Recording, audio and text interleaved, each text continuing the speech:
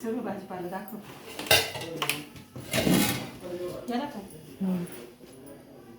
बघा पाहुण्यांची इथून माझ्याकडे पाहुण्यांकडे गेले तिने मी बहिणीच्या इथं तिथून भाजीपाला आणला. बघा किती शेतकऱ्याचा भाजीपाला बघा कसा राहतो. एवढे दोडके आणले, एवढे हिरव्या मिरच्या आणल्या, शेपू पालक एवढा आणला. हे बघा ताजे ताजे आळूचे पानं आणले.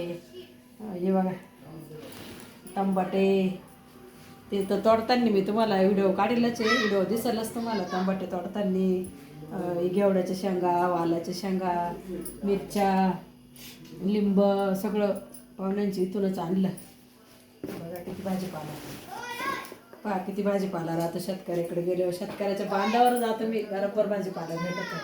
नुसतं बांधावर उभं राहिलं तरी भाजीपाला भेटतो. बघा याच्यात पण खूप मिरच्या आहे बरं का. परत या पण एवढ्या आणल्या. आता 15 दिवस मिरच्याचं टेन्शनच नाही राहिलं, भरपूर मिरच्या आणल्या. घेवडा पण मस्त ताजा ताजा आहे, वालाच्या शेंगा ताजा ताज्या आहे. अजून भरपूर भाजीपाला होता. काकडी होती, पण मी सर्दीच्या दाखाने काकडी नाही आणली कारण आमच्या इथे सगळ्यांना सर्दी व्हायली.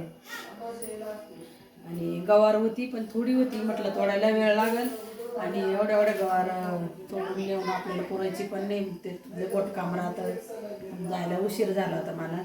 तर बघा मी ते शेतातले पण व्हिडिओ काढले, थोडे थोडे तोडताना करताना. बघा अशी मजा राहते शेतकऱ्याची.